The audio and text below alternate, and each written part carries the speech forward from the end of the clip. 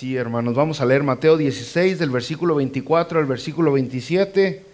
Mateo 16, 24 al 17. ¿Me siguen con la mirada? Dice la palabra de Dios así. Entonces Jesús dijo a sus discípulos: si alguno quiere venir en pos de mí, niéguese a sí mismo y tome su cruz y sígame. Porque todo el que quiera salvar su vida la perderá, y todo el que pierda su vida por causa de mí la hallará. Porque ¿qué aprovechará al hombre si ganare todo el mundo y perdiere su alma? ¿O qué recompensa dará el hombre por su alma?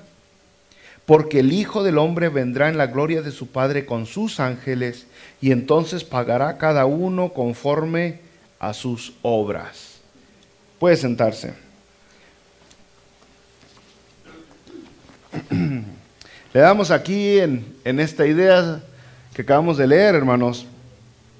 Y entonces vemos que aquí este pasaje es un golpe duro al cristianismo superficial que existe hoy.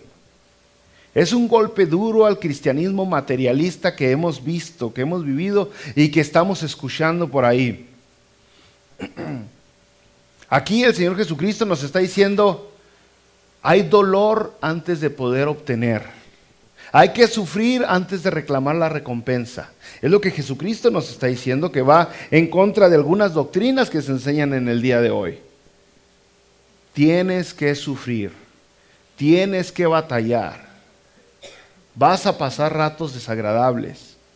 Y este es un principio que se repite por toda la Escritura. El Nuevo Testamento, cada uno de los evangelios lo repite. Es un principio verdadero, que es bien importante. Yo creo, hermanos, que es bien importante que nosotros lo veamos, este principio, ya que debido a que no se enseña la verdad, muchas veces se enseña simplemente lo que es música a nuestros oídos. Hay cristianos que en cuanto empiezan a tener turbulencia en sus vidas, avientan la toalla y dicen: yo ya intenté y me falló el asunto. En cuanto empiezan a tener problemas en sus matrimonios, dicen: esto no funcionó, yo cuiteo. Pero la verdad está en la palabra de Dios, no en las filosofías humanas. Fíjese, Mateo 10, versículo 37 dice: el que ama a padre o madre más que a mí, no es digno de mí. El que ama a hijo o hijo más que a mí, no es digno de mí. Estamos en la misma idea. Tienes que perder algo, algo tiene que morir antes de que verdaderamente puedas vivir. Marcos 10:25, el Señor Jesucristo, cuando se acercó a este joven rico, y el joven rico no quiso perder, no quiso vender todo lo que tenía y dárselo a los pobres, dijo el Señor Jesucristo: más fácil es pasar un camello por el ojo de una aguja que entrar un rico en el reino de los cielos. Tenía que perder algo, tenía que desprenderse de eso que amaba más que a Dios, y no lo pudo hacer. Algo tenía que pasar en la vida. Lucas 14:26 dice: si alguno viene a mí y no aborrece a su padre y madre y mujer e hijos y hermanos y hermanas y aún también su propia vida, no puede ser mi discípulo. Ay, lo que está diciendo aquí el Señor Jesucristo es claro: tenemos que amar a Dios por encima de cualquier otra persona. Él verdaderamente tiene que ser nuestra prioridad, nuestro número uno. Él tiene que ser lo principal de nosotros. Si no, no hay manera de que nos llamemos cristianos. Y ahora el Evangelio de Juan: de cierto os digo, que si el grano de trigo no cae en la tierra y muere, queda solo. Pero si muere, lleva mucho fruto. Algo tiene que morir, hermanos. Algo tiene que pasar en la vida de las personas. En ocasiones le he preguntado a personas: dígame cómo era su vida, a cristianos, cómo era su vida antes de venir a los pies de Jesucristo. Y con tristeza me he dado cuenta que algunos no ven la diferencia, no ven un cambio antes y después. Algunos dirán, antes era yo menos tacaño, ahora soy más agarrado, pero ahorita no. Pero aparte de un cambio verdadero, genuino, algo que mejore sus vidas, ¿no ven? Y eso es una tragedia, es una banderota roja que le está diciendo, aguas, cuidado, lo que abrazaste fue una religión, lo que abrazaste fue el estilo de vida de otras personas, pero no a Jesucristo como tu Señor y Salvador. Porque si Él verdaderamente es tu Dios, algo tiene que cambiar radicalmente en tu vida. Tu manera de pensar, tus prioridades. Todo tiene que cambiar de una manera que mejora, de una manera que es bendición para lo que lo rodea, de una manera que le entrega adoración, alabanza a Dios. Algo tiene que pasar. Así que hermanos, el sacrificio es una verdad del discípulo. El dolor es parte de la vida del cristiano. En ocasiones vamos a tener amistades perdidas, rechazo, reproche, crítica. Es parte de ser cristiano, escasez. Es lo que Jesucristo advirtió. En ocasiones nos va a ir como en feria. Se va a poner dura la situación. Pero eso es parte de ser cristiano. No es parte del castigo de Dios, para nada es. Es parte de lo que Dios está haciendo en su vida. Ahora empezamos en el versículo 24, hermanos, de lo que acabamos de leer. Versículo 24, comienza diciendo, si alguno quiere venir en pos de mí. Si alguno, esta es una invitación para todos, alguno, si alguien quiere ser cristiano, si alguien quiere ser hijo de Dios, si alguien quiere redimir su camino, si alguien quiere heredar la vida eterna, si alguien verdaderamente quiere encontrar un propósito para su vida, si alguien quiere tener una motivación que dure para siempre, si alguien quiere hacer eso, escuche lo que está por pasar. Si alguno quiere venir en pos de mí. Luego dice Jesucristo, niéguese a sí mismo. Niéguese a sí mismo. Oiga, esta predicación, hermanos, se conoce mucho. Esta parte de la escritura es muy conocida. Y luego viene la parte niéguese a sí mismo. Negarse no está hablando de nada más del que negar que usted tiene la habilidad, que usted tiene el poder para salvarse usted solo. Ese ha sido el problema por siglos, por miles de años del hombre religioso. El hombre religioso quiere alcanzar la salvación con sus propias fuerzas. Si tan solo me doy otro latigazo en la espalda, si tan solo me golpeo un poco más el pecho, si alcanzo a caminar unas cuantas millas de rodillas, si doy más dinero a la iglesia, niégate. No hay nada que tú puedas hacer. Niégate. Ahorita el hermano nos dio un testimonio bonito, precioso. Eso es lo que Dios quiere, que lleguemos al momento donde nosotros digamos, yo no puedo. Yo no puedo salir de este aprieto, no puedo salir de este enredo, no puedo salir de este problema. Yo no tengo la habilidad de salir de aquí. Niégate, tú no puedes, deja de intentar, deja de cargar la pata de conejo, deja de cargar el billete de $2, deja de estar comprando tierra de la tierra santa o el pañuelito sagrado. No puedes. No hay nada que puedes hacer, necesitas negarte, necesitas llegar a un momento donde tú dices, donde tú ves tu propia situación con verdad. Una de las cosas que Dios más rechaza son aquellos religiosos que ven a otras personas que están batallando con sus adicciones, con sus problemas, con sus vidas, con su actitud y que se creen superiores que ellos, que se creen mejores que ellos. Niégate. Niégate. Aún el Antiguo Testamento dice que nuestras mejores obras vienen a ser como trapos sucios para Dios. Negarte a ti mismo. La palabra de Dios nos dice en Romanos 7:18, y yo sé que en mí, está pero bien clarote, yo sé que en mí, esto es, en mi carne, no mora el bien.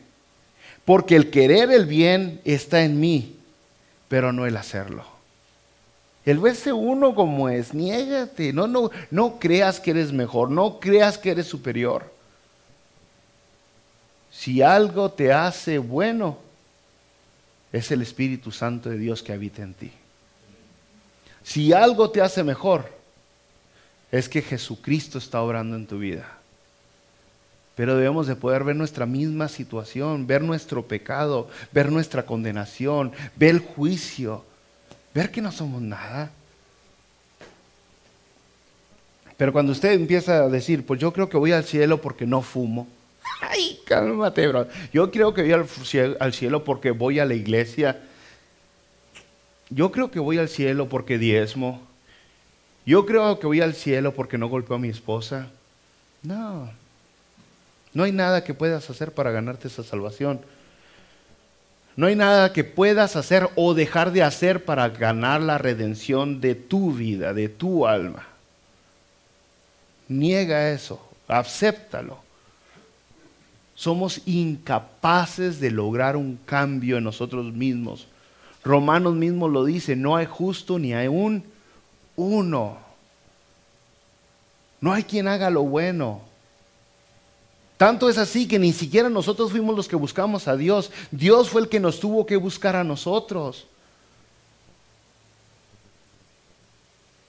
Y sabe que a Dios le encanta cuando estamos en ese callejón sin salida, en esa situación difícil que estuvieron muchos héroes de la Biblia. Uno de los pasajes más favoritos, uno de los escenarios más favoritos que me recuerda a esto, es cuando Moisés salió de Egipto con todo el pueblo y venía siendo perseguido por un ejército, un montón de soldados que venían listos para asesinarlos a todos. Y llega Moisés, llega al pueblo a donde está un mar, y delante de ellos tiene un mar bravo, hondo, profundo, peligroso, mortal, y atrás de ellos tiene un ejército enojado, armado, entrenado, listos para asesinarlos. En ese momento Moisés tuvo que reconocer, no puedo. Tuvo que negar la habilidad, si es que hubiera tenido siquiera una esperancita de que él no podía. Y fue cuando Dios obró, fue cuando Dios entró. Pero oiga, brothers, aquella hermana, aquella mujer que está batallando con el chisme y quiere con sus propias fuerzas dejarlo, no, por favor, date cuenta, no vas a poder. Aquella persona que está batallando con la adicción y quiere con sus propias, no vas a poder. Aquella persona que batalla con robarse, con hacerse dueño de lo ajeno, intenta, ya no voy. No vas a poder, no somos capaces de cambiar nosotros mismos con nuestras propias fuerzas. Necesitamos una intervención divina. Solamente Dios puede cambiar. ¿Cuántas parejas se han quejado? Ay, pastor, es que mi esposa, mírela, no cambia, le intento cambiar y no cambia. No, y nunca la vas a poder cambiar, güey. No hay manera de que un esposo cambie a una esposa. La puedes hacer enojar, pero no la puedes cambiar. Y la mujer también dice, mi esposo, mire, sigue con eso, y hacemos esto y no cambia. No tenemos la habilidad de cambiar nosotros mismos. Así es lo que la palabra de Dios nos enseña. Así es lo que Dios nos dice. Así es como Jesucristo quiere que entendamos lo que somos. Porque es ahí donde Dios hace maravillas. Cuando nosotros morimos y cuando permitimos que Dios sobre nosotros, es donde la magia de Dios empieza a suceder. Gálatas capítulo 2, versículo 20, lo pone bien clarote, dice, con Cristo estoy juntamente crucificado, y ya no vivo yo, mas Cristo vive en mí.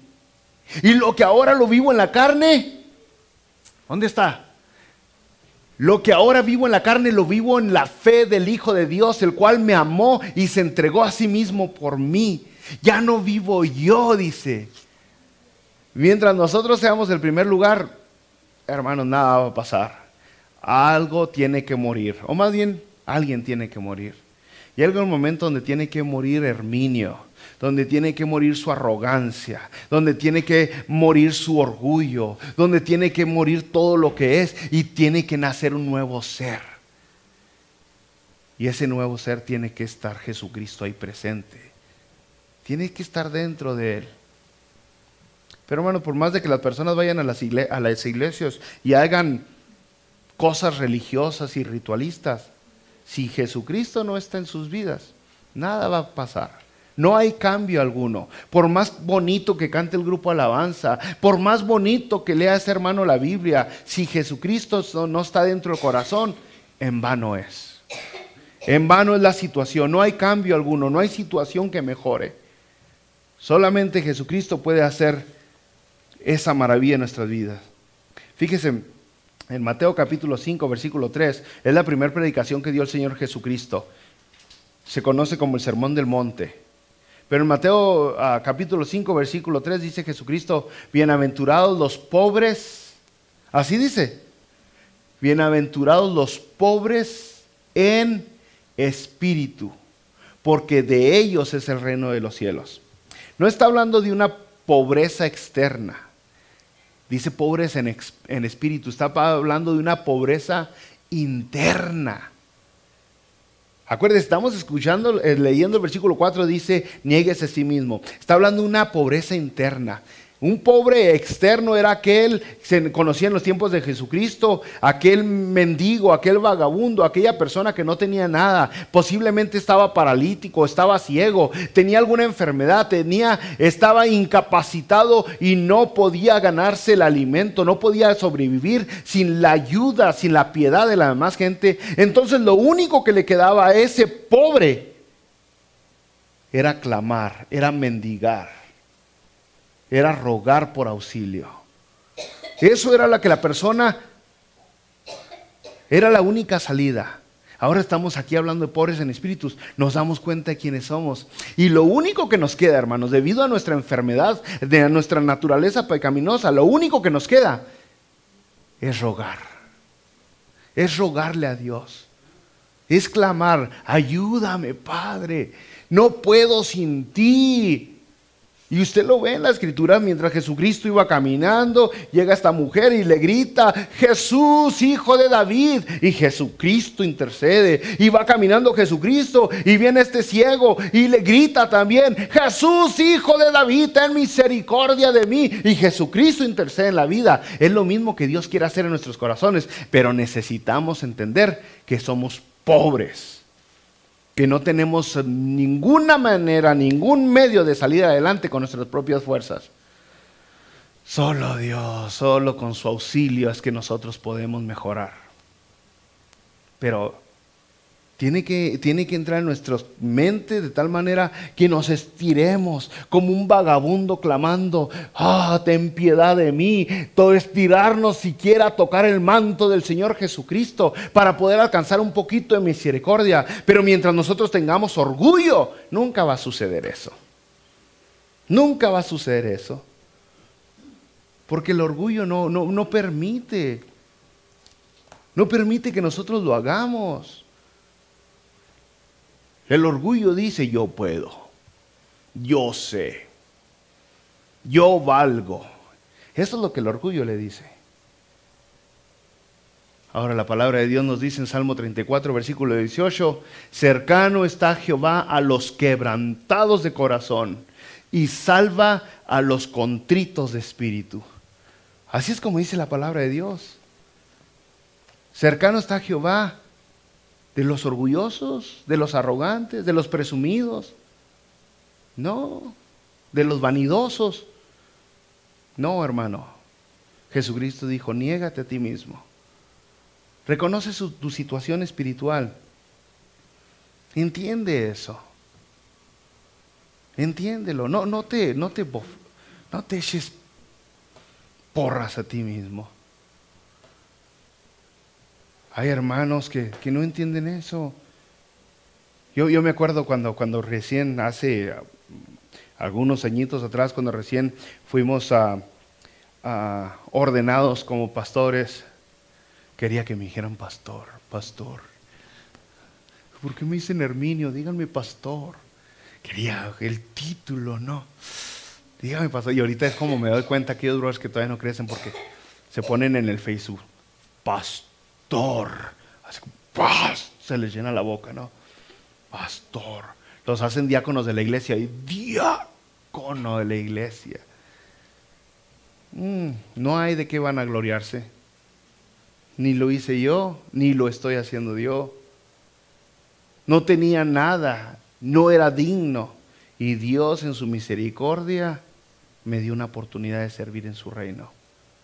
No porque soy mejor a los demás, sino porque la gracia de Dios, el amor de Dios, dijo que así fuera. Es importante entender eso. Tenemos hermanos que limpian la iglesia. Y yo nunca he visto en el Facebook que pongan limpiadores de iglesia. Porque no hay de qué avergonzarse, ¿verdad? Es un servicio. Además, si ustedes se fijan, hace semanas que ninguno de ustedes limpia la iglesia porque tenemos unos hermanos que les han echado ganas aquí sin darnos cuenta, ellos vienen y limpian. ¿Por qué me voy a bofar yo de que soy pastor? No tengo nada más de qué presumir que ellos.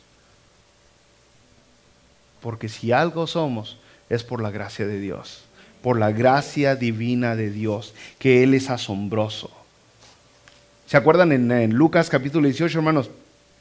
Cuando estaba el religioso haciendo eso, estaba orando paradote con las manos en alto. Oh Dios, gracias porque no soy como este. Se refería a un pecador, a un publicano, un recaudador de impuestos que estaba más allá atrás, postrado, arrodillado delante de la presencia de Dios y clamaba, oh Dios, yo no soy digno de ti.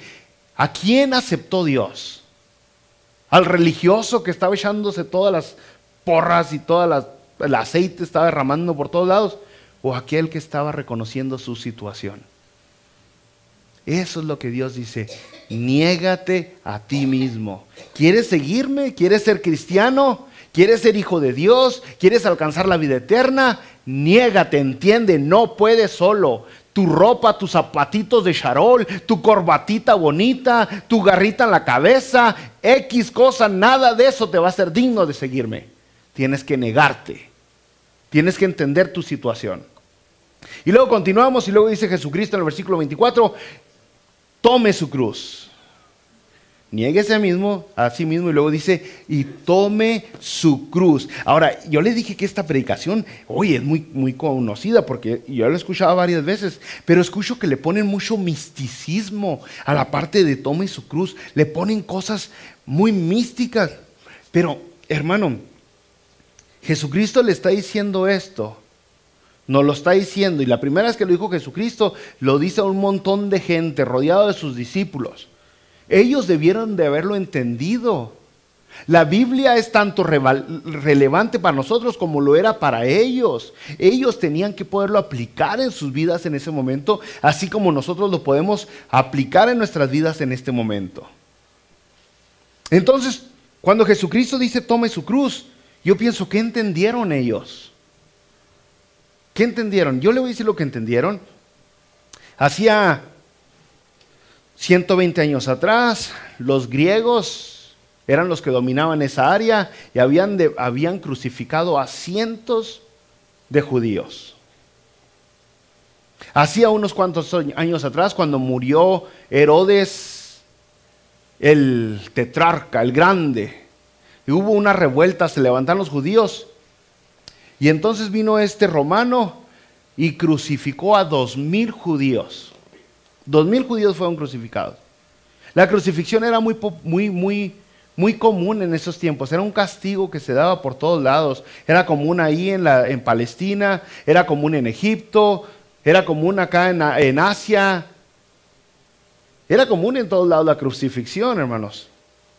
Entonces, esta gente veía, de vez en cuando veía alguna pobre alma caminando por la vía dolorosa, cargando un pedazo de esa cruz, algún barrote de la cruz cuando menos. Iba caminando, cargando ese barrote de cruz en camino a la muerte. No iba cargando ese barrote en camino a una fiesta. Iba en camino a la muerte. Y eso es lo que la gente en esos tiempos estaba impuesta a ver. Ver caminar a gente cargando un pedazo cuando menos de la cruz, un barrote de la cruz. Y luego viene Jesucristo y le dice, tome su cruz y sígame. Y les aseguro que no pensaron en nada místico, bros. Les aseguro que no pensaron en nada extravagante y con palabras religiosas rebuscadas. Ellos pensaron en muerte. En muerte. En eso pensaron, hermanos. Oiga, negarse a sí mismo es una cosa, pero morir, morir es otro asunto, bros. Morir es otro asunto. Negarse a sí mismo, bros. Pero morir, y dice Jesucristo, tome su cruz y sígame. Algunos historiadores dicen que en el tiempo de Jesucristo, fueron crucificadas alrededor de 30,000 personas. Eso era lo que ellos entendían como tome su cruz. Ellos no entendían otra cosa más que voy en camino a la muerte. Ese es un aparato de muerte. Ahora, Jesucristo nos dijo en Mateo 10, versículo 24, que el discípulo no es mayor que el maestro. ¿Verdad que sí dijo el Señor Jesucristo? El discípulo no es más que su maestro, ni el siervo más que su Señor. Aquí Jesucristo todavía no moría. Ellos no sabían que Jesucristo iba a morir, pero después se dieron cuenta que murió. De hecho, tanto es así que según la tradición cristiana, cuando menos 11 de los 12 discípulos originales fueron asesinados. Si ponemos a Matías como el sucesor de Judas, fueron asesinados con excepción de Juan, ¿verdad? Entonces, hermanos, eso es lo que la Biblia nos está diciendo. Está dispuesto a morir. Necesitas estar dispuesto a morir por Jesucristo. Pero si no estás listo para morir, no estás listo para vivir por Él tampoco. Si uno como cristiano no está listo para poner su vida por su Señor y Salvador, tampoco va a poder vivir para Él. No hay manera. Nos vamos a acobardar cada vez que alguien esté contando algún chiste morboso, pelado, y vamos a unirnos al grupo porque no queremos vernos como los, usted sabe, de la fiesta. Nos vamos a acobardar cada vez que alguien está atacando la religión y no vamos a decirle la verdad, no vamos a hablarles de Jesucristo. Ahora imagínense cuando alguien llegue con una metralleta y diga, a ver, ¿crees en Jesús? Ahí luego van a salir gallinas volando por todos lados. Jesucristo dice, necesitas estar listo para morir. Estamos en un país donde no hay el martirio que existe en cuando menos 53 países en este mundo. No existe ese martirio y aún así muchos cristianos se acobardan. Ahora sí, aún así muchos cristianos no están dispuestos a enfrentar a sus pastores cuando el pastor está predicando herejías y errores. Se acobardan simplemente cuando el pastor se acobarda, cuando el miembro de la iglesia está enseñando cobardías o cosas que van en contra de la palabra de Dios y está hablando doctrinas que no fueron enseñadas en las Escrituras. Es más, tanto así se acobardan los pastores que si en la iglesia se dan cuenta que alguien anda robando por ahí, le da miedo decirle porque después se le va de la iglesia. Esa es la verdad. Y luego es una verdad. Yo cuando voy a hablar con algún miembro de la iglesia, voy con mi esposa y oramos juntos, le digo, porque es posible que después de esto el hermano se vaya. Es la verdad, le digo, después de esta plática es posible que los hermanos ya no vuelvan. Porque eso es lo que pasa. Oiga, hay mucha competencia. Vivimos en el día de McDonald's. Si usted va al McDonald's de aquí y lo atienden feo, mejor se va y se va al otro McDonald's. Es como tratamos la iglesia hoy, ¿verdad que sí? Es como tratamos el cristianismo y es tristemente como tratamos a Dios. Si el Dios que están predicando aquí no me gusta, no me agrada, no me da comodidad, me voy a que donde predican otro Dios que es más cómodo. Y tristemente eso Es lo que Dios no quiere. Dice, niégate y toma tu cruz. Está listo para morir por mí. Fíjese, llegar a la madurez del cristiano y poder decir como dijo el apóstol en Filipenses 1:21, porque para mí el vivir es Cristo y el morir es ganancia. Poder llegar a esa madurez espiritual donde digamos, para mí el morir es ganancia. Pero no, ¿qué pasa cuando nos dicen que vamos a morir? Ay, no quiero morir, no quiero morir. Hermano, pues no dice la Biblia que es ganancia. No, qué ganancia ni qué cuernos, yo no quiero morir. Porque nos falta crecer, nos falta madurar. Y vemos la muerte como una pérdida, no como una ganancia. Esa es la verdad. Cuando el cristiano debería de verlo como ganancia. Oye, voy a estar ausente de ustedes, esa es una tristeza. Pero voy a estar delante de la presencia del Rey de Reyes y del Señor de Señores. I'm sorry, mis brothers, los quiero mucho, los amo mucho. Pero pues miren con qué voy a estar. Todo el cristiano canta allá en el cielo, pero nadie se quiere ir al cielo todavía. Todo así, gloria a Dios. Me acuerdo desde chiquito cantaba, una de las canciones que cantaba mucho mi mamá era Cuando allá se pase lista. No sé si se acuerdan. Cuando allá se pase lista. Y una vez en el barrio donde estaba la iglesia había mucho malandro. ¿Verdad que sí había mucho malandro? Y nomás nos mandaban a los jóvenes a discipular, a evangelizar, porque les sacaban el ruido del chicharrón los adultos. Tenían miedo. Pues ¿para qué cantan cuando ya se pase lista? Porque ustedes no van a estar. Pues sí. Es estar listos para morir. Y esto es lo que Jesucristo está diciendo. No solamente reconoce que no tienes la habilidad para ser salvo o para mejorar tu vida, pero ahora está dispuesto a perder esa vida por mí. Está dispuesto primero a perder tu vida física para que ganes una vida espiritual. Está dispuesto a perder tu vida temporal para que ganes una vida eterna. Está dispuesto a perder tu relación con tus amigos, con tus padres, con todas aquellas personas que te van a rechazar cuando sabes que eres cristiana, para poder tener una relación con el Rey, con el Creador, con el Todopoderoso, con el Majestuoso. Está dispuesto a eso. Y yo le digo, Dios tiene un plan para cada uno de nosotros, un plan diferente dentro de su ministerio, dentro de su reino, tiene un plan. Pero si a usted le toca estar en el plan donde muere por Jesucristo, usted debería y yo deberíamos de podernos gozosos y decir, gloria a Dios, me voy a convertir en un mártir por Dios. Es mejor que morir atropellado por un camión. Cuando menos morí con algo de propósito.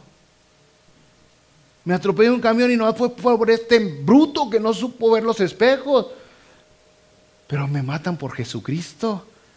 Gloria a Dios. Es como lo veían Pablo, Pedro, Juan, Santiago, Esteban, Felipe. Es como lo veían ellos. Para mí el morir es ganancia. Ahora, ahí me hago un paréntesis, hermano. ¿Sabe por qué no queremos morir? Porque nos gusta mucho esta vida. Nos gusta mucho esta vida. Estamos muy cómodos con esta vida. Nos gusta mucho la televisión, nos gusta mucho el carro, nos gusta mucho la ropa, la comida. Ay, ay, ay, Felipe, gorditas, tortitas.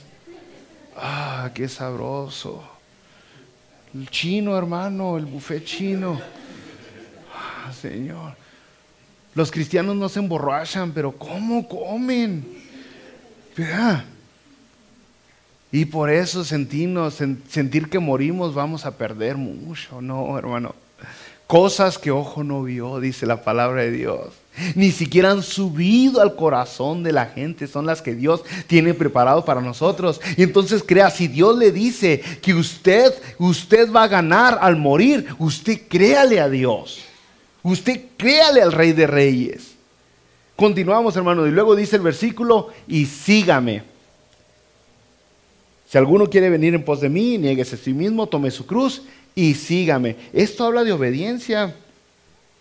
Obediencia, sígame, dice Jesucristo.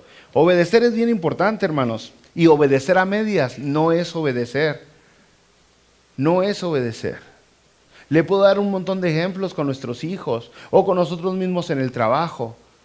Si usted le dice a su hijo, a su hija, limpia la cocina, y la hija va y barre y trapea la cocina y deja todos los trastes, todos los platos, los vasos, los sartenes llenos de comida, todos sucios, y le dice a la hija, ya acabé, y usted va, ¿qué pasó? Obedecí. ¿Verdad que no es obedecer? Es lo que hacemos los cristianos, obedecemos a medias y decimos, soy obediente, Dios. Obedecer a medias no es obedecer. Tenemos que obedecer al 100. Todo lo que me dice Dios, no nomás un pedacito de lo que me dice, pero todo lo que me dice Dios. Primera de Juan capítulo 2 versículo 6 dice, el que dice que permanece en él debe andar como él anduvo. No como Herminio anduvo, sino como Jesucristo. Él fue obediente hasta la muerte y muerte de cruz. Obediente. Así nosotros, hermanos. Obedientes no al pastor, no a la iglesia, obedientes a Dios.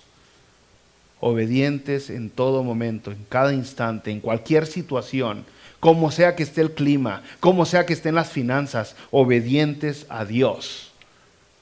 No hay ningún momento que hay excusa para ser desobedientes a Dios.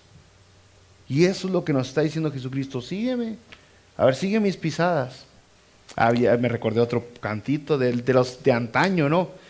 También cantaba mi mamá, ¿no? Que decía, quiero seguir las pisadas del maestro.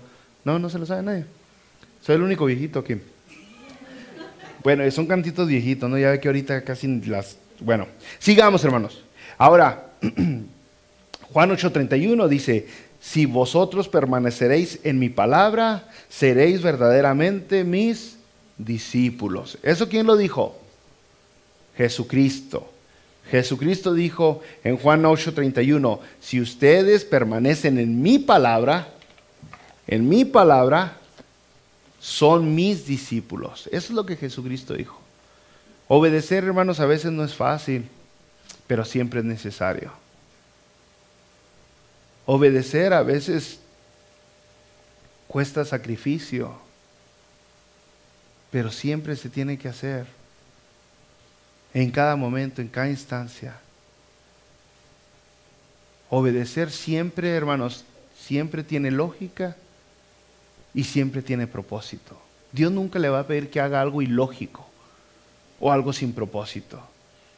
No es como los religiosos, ¿no? Que dicen, haga esto, pero ¿por qué? Usted nomás hágalo. No, Dios tiene un porqué atrás de cada orden que nos da. Hay una razón. ¿Me entiende lo que le digo? Y es importante entender eso. Hay un porqué de cada cosa que Dios nos da. Entonces, cuando usted obedece, usted entiende, o me estoy bendiciendo yo con esta obediencia, o estoy bendiciendo a alguien más. Algo bueno está saliendo de que yo obedezca. Y eso es hermoso, eso es bonito. Vamos a continuar, hermano, porque se me hace que se me acabó el tiempo. Ahora nos pasamos a estos últimos versículos. Los agarramos juntos, 25, 26, y dice, aquí donde estamos, porque todo el que quiera salvar su vida, dice Jesucristo, y todo el que pierda su vida por causa de mí, la hallará. ¿Se fija que si hay propósito para todo? Usted dice, ay, no le entendí de todos modos. Versículo 26, porque ¿qué aprovechará el hombre si ganara todo el mundo y perdiere su alma? ¿O qué recompensa dará el hombre por su alma? Es la misma paradoja, ¿sí se paradoja? Que Jesucristo dijo, porque los primeros serán los últimos y los últimos serán los primeros. Y usted, ¿qué? Y aquí me dice Jesucristo, porque el que quiera salvar su vida la perderá. Y usted también, ¿qué? Es que, hermanos, caemos en lo mismo. Usted intenta salvar su familia, la acaba perdiendo, brother. Hágalo sin Dios. Usted intenta salvar su salud, la acaba perdiendo. Usted intenta salvar su vida, la acaba perdiendo. Pero ahora, usted agarre lo que es y lo que tiene y entrégueselo a Dios. Y wow, le va a pasar lo que le pasó a aquel muchachito cuando trajo sus panes y sus peces y llega con Jesucristo y le dice, pues aquí están estos panes y estos peces que me dio mi mamá para lonche. El chavalito no tuvo miedo de perderlo. Habían un montón de hambrientos que no habían traído lonche y el chavalito va con sus panes y sus peces. Órale, aquí está el lonche. Y lo perdió. No, usted ve al final de esa historia y dice que se recuperaron un montón de canastas extras.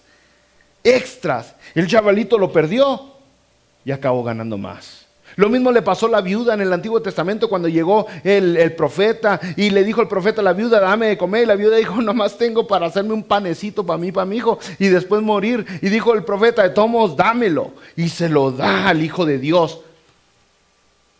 Se multiplicó y se multiplicó y nunca se terminó. La vida perdió para ganar, para acabar ganando.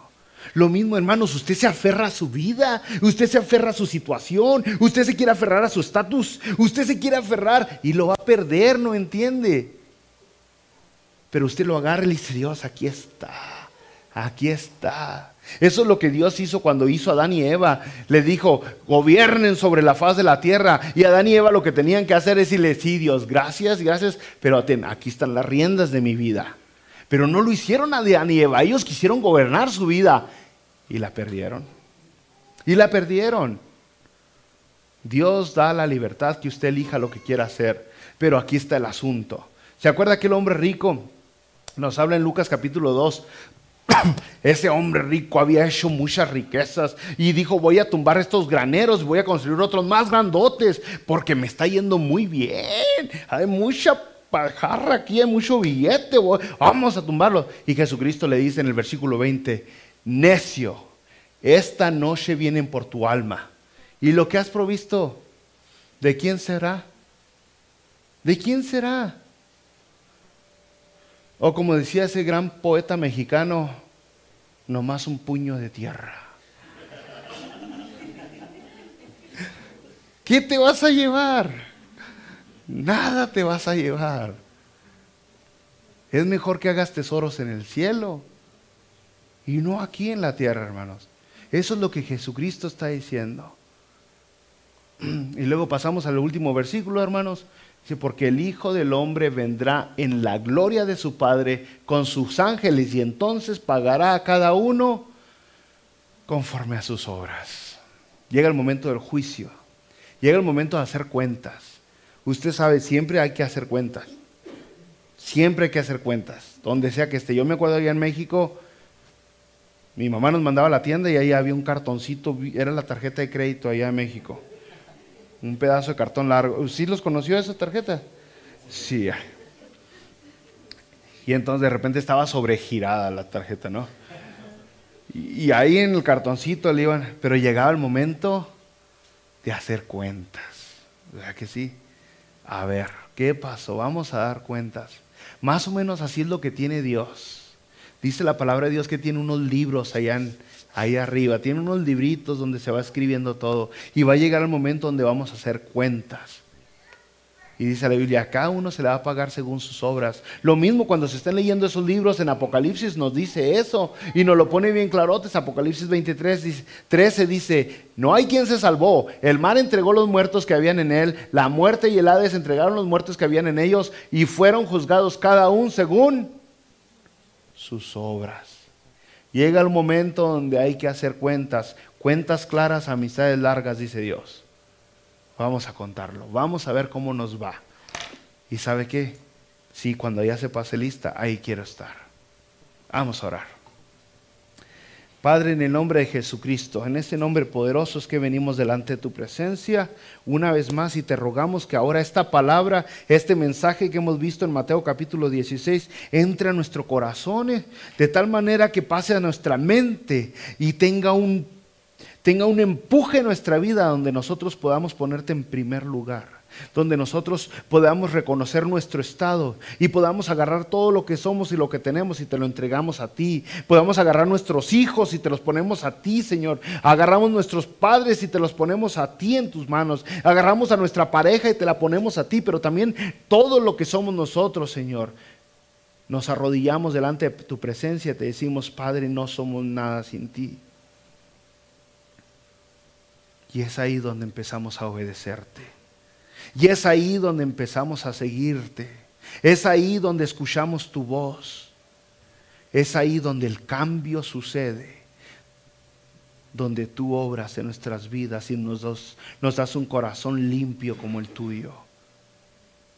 Así que, Padre, te ruego que esto pase en la vida de cada uno de los que estamos, Señor, escuchando este mensaje. Que suceda en este momento, que tú trabajes de tal manera que nosotros podamos ser mejores todo. Y te lo pedimos humildemente en el nombre poderoso de nuestro Señor, de nuestro Salvador, de nuestro Redentor Jesucristo. Así sea, Padre. Así sea. Amén, Padre Santo.